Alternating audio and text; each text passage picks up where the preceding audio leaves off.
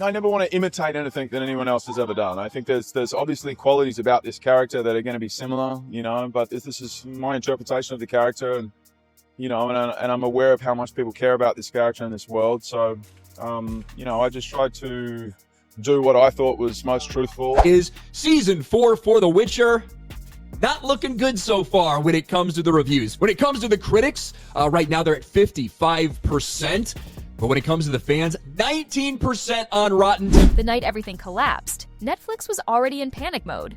Season 4 dropped, the numbers crashed instantly, and the backlash hit harder than anyone predicted. Critics shredded the show, fans revolted, and the internet turned Liam Hemsworth into the symbol of the franchise's downfall. Inside Netflix, the tension felt like a storm waiting to break. Liam sat alone in a conference room that night, overwhelmed by the avalanche of negativity. He had stepped into the role hoping to honor it, not replace anyone. But as the hate comments poured in, it became clear the backlash wasn't just about the show. It was landing on him. And the weight of that reality was crushing when The Witcher's creator, Lauren Schmidt-Hissrich, entered the room with internal numbers and executive pressure. The atmosphere changed instantly. She repeated the concerns fans were shouting everywhere, that the season's tone wasn't connecting and audiences weren't accepting the shift. Liam didn't hear nuance. He heard blame. Witnesses say he looked stunned, exhausted, and on the verge of breaking. By the next morning, rumors spun the moment into a wildfire. Whispers that Liam was blamed for the flop, claims that season 5 was in danger. And behind those rumors was a truth far more painful. The collapse had begun long before this moment, and now the franchise was hanging by a thread.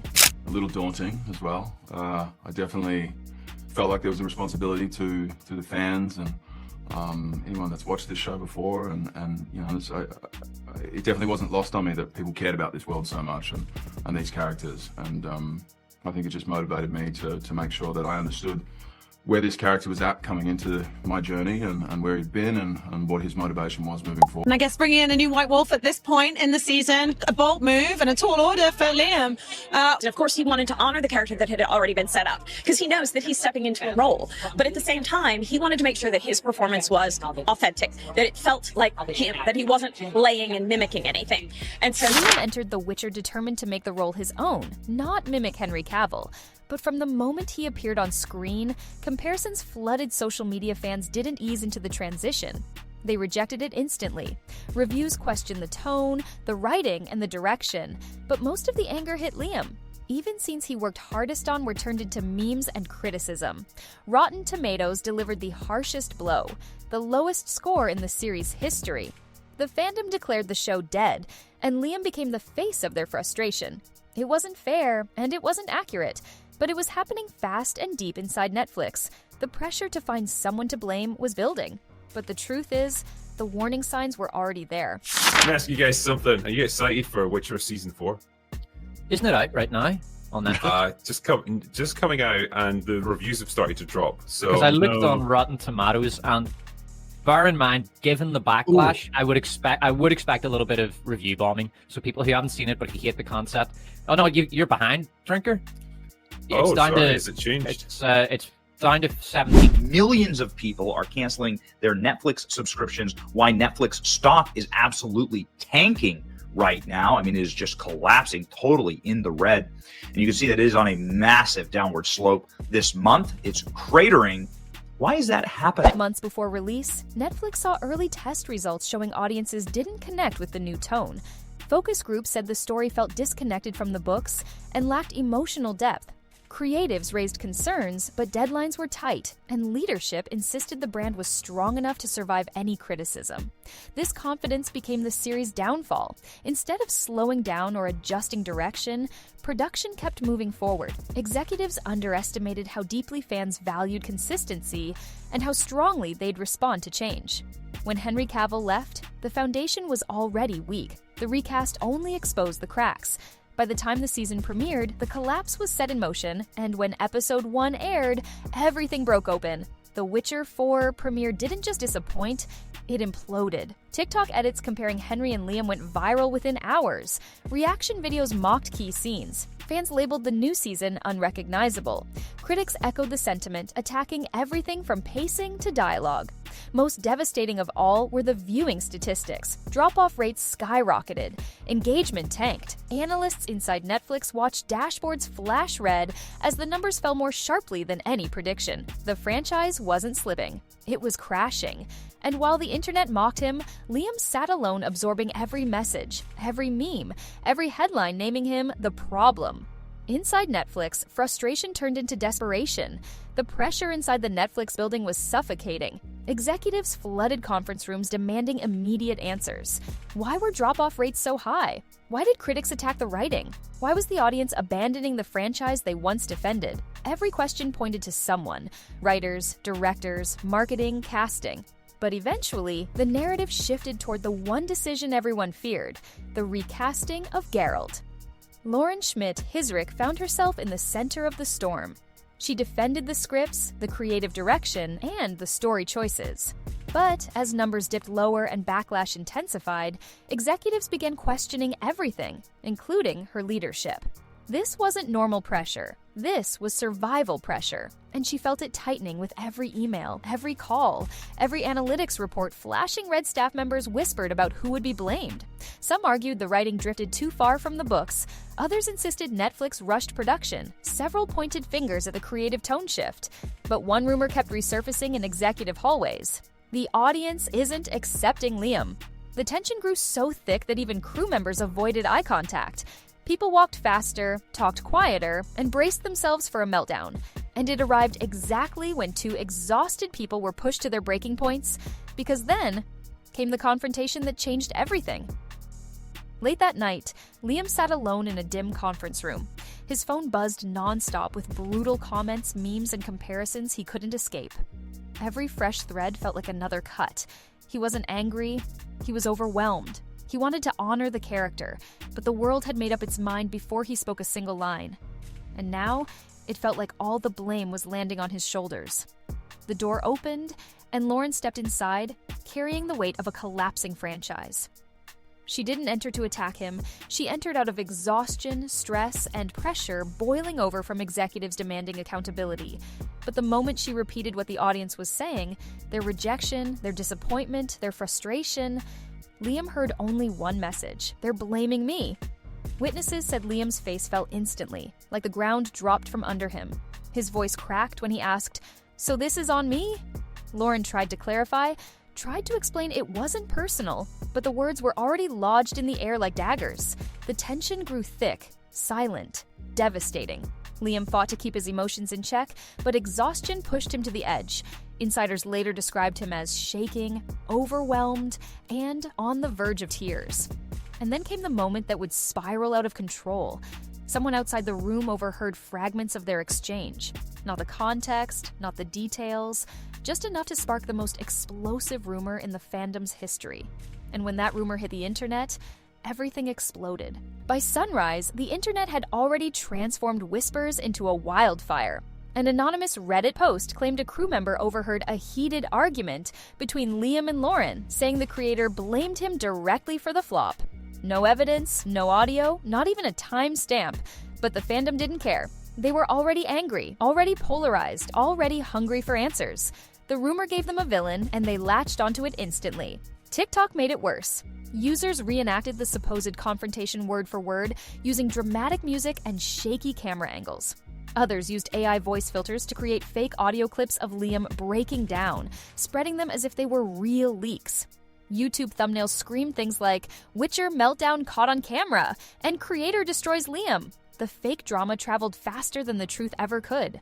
Within hours, the public perception shifted into something toxic. Instead of blaming writing choices or creative direction, fans began insisting Liam ruined the franchise. Articles started quoting the rumor as if it were fact. People demanded Netflix fire him immediately.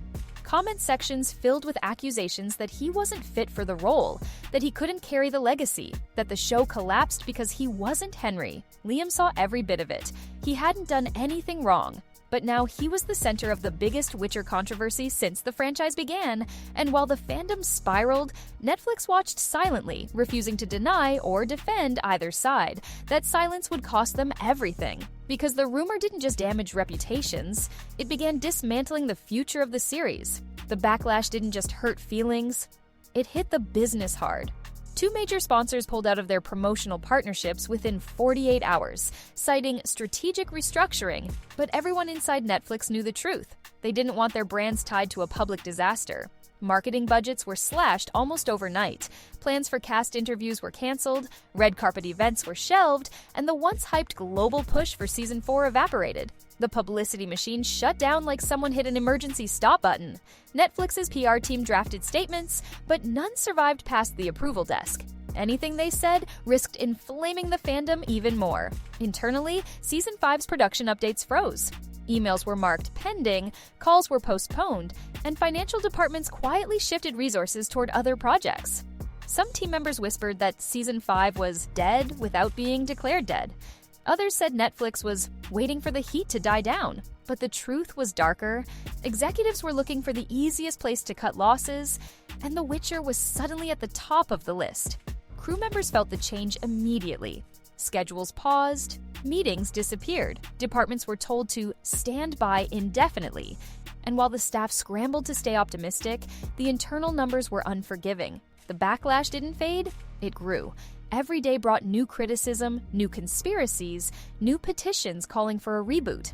And with the show sinking fast, Netflix made a decision that would alter everything for both Liam and Lauren. The two of them were summoned for a private meeting. The kind that only happens when the future is on the line, Liam and Lauren were called into a private meeting with a senior executive. The message was delivered with corporate calm. The backlash is too severe. Everything is under evaluation. Writing, creative direction, and casting. Liam felt his stomach drop. He didn't need clarification. The implication was clear: he might be replaced. Lauren tried to defend him, but the executive's expression didn't change. The narrative defined by the fandom was now shaping Netflix's decisions. When Liam left the room, witnesses said he looked devastated, but the emotional fallout wasn't over. Not even close. Later that night, Liam stood alone on the studio balcony, overwhelmed by the weight of failure he didn't deserve. He regretted stepping in at the worst possible moment.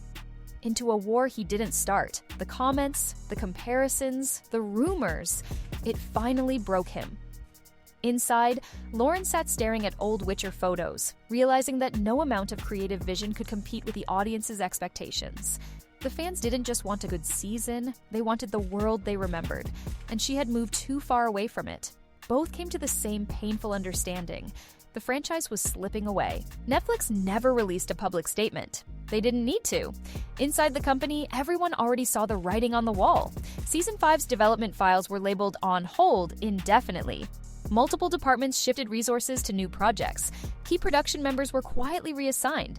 Meetings about The Witcher vanished from the scheduling calendar entirely. No official cancellation. No announcement. No press release. Just silence.